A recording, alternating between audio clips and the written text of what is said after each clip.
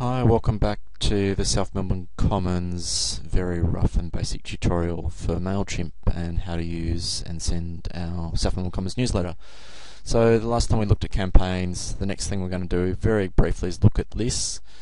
Again, MailChimp's got documentation on all of this and videos and useful tutorials, so I'm not going to really do anything much more than take you through what I think are the key things. You can see here when I click on the lists menu, it shows me the two lists we've got set up. Before I mentioned you can create your own list to do a test send out with, so I encourage you to do that. Just give the list, give it your name.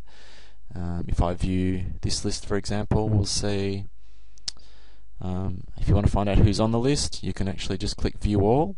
It's probably the same as clicking that, I think. View all, let's have a look who's on the list. So it's me, and me there. So I've just used different email addresses. This one used Outlook, this one goes to Thunderbird, and this one I can just check through webmail, so you can see, make sure that your newsletter displays correctly using all those different viewers. Other things you might want to do, import new email addresses or subscribers onto the list, so you just go into import. Again, there's nice videos to show you how to do all that. Upload a file, it could be a CSV file which you've saved as from Excel, or it could be a new copy and paste straight from Excel. If you do that, you generally just copy probably the email address column. Forms.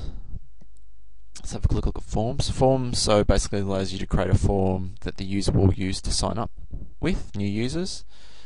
Let's see if I've done that for this. No, I haven't. I'll just go back and to the Commons, South Melbourne Commons newsletter list. So this is the actual form that we use.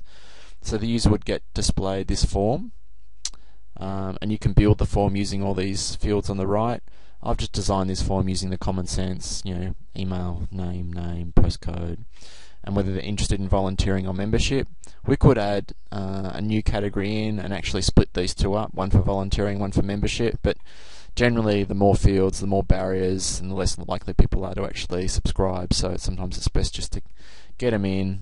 Asking things like phone could be useful, for example, but again it becomes invasive and people don't want to give their details, or it takes too long to sign up. So you can build, design, which is obviously the look and feel of the form. Translate, don't think we need that. Then there's to share. To share, you can use this link here. Here. And if you use that link here, which is the same link here, so that's embedded into HTML code already. If you link people to that, it will basically take them to this sign up form, so then they can sign up. So on our website, we already have a link to here, for example, so it takes them to our sign up form so they can sign up to our newsletter. Long term, we might look at seeing if there's a Joomla plugin we can use that would make that process a bit nicer by embedding it directly into our website. We could do that manually by creating the HTML code for a small subscriber form, which would then submit the data to MailChimp, but probably not necessarily. Here's a QR code, which we could use to download this and insert this graphic into our flyer, for example, or event flyers, along with the text, subscribe to our newsletter. Then people can use, and just explain it a bit, but then people can use a smartphone barcode reader, pump that in, and it will take them to this same page here, which they can use to subscribe. What else? Let's go back to the test list, just so I don't stuff anything up or show things I shouldn't show. View all, add. We'll probably just add someone one person at a time. That's not using our form, so it only is capturing those. It is. It's basically got all those details there. It's not using our form, sorry. So email address, name. Basically, MailChimp assumes you've got consent to add people to the list, so it doesn't send them a hey, buy-in kind of email. You can remove people as well from the list, so just go to bulk people of people that want to unsubscribe. Generally, once people are added to MailChimp, to their list. Down the bottom of the newsletter there's an option for them to click to automatically manually unsubscribe, so there should be no reason for you to really unsubscribe people. They should be able to do all that themselves. I don't think there's too much else there that really needs covering. Just click on that. Shows you the list. What else is important?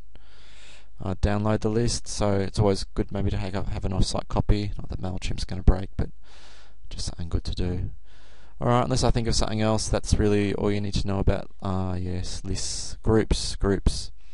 So there's a concept of groups that we could use. So we could create groups and allocate people to those groups, and then once the groups are allocated, you can then choose at the time of sending your newsletter whether you want to send it to everyone on the list or just one specific group. The example they've got here is volunteering and donating.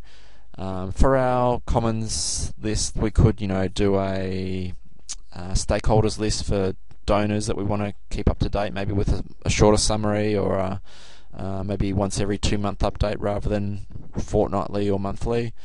Another way of conceptualizing this is that you might have a group for all the standard supporters, people that are just interested. You might have another group for members. So these are the people that have paid up a membership, and that way maybe once a year you can send them a, hey, please renew your membership, or maybe you give them special offers that doesn't get offered to people that aren't members.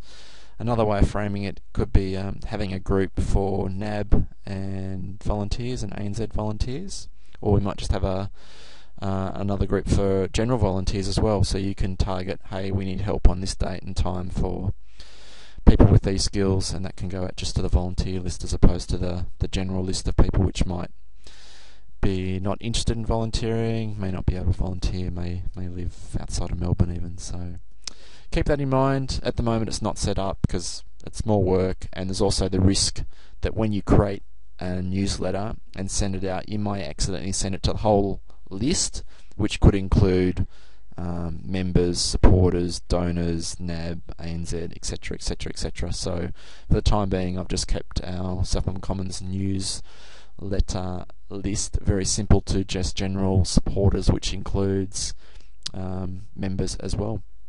It doesn't generally include donors. I think that's about all I need to tell you. Everything else here is you'll pick up from the tutorials, videos and documents. Okay, we'll leave it at that.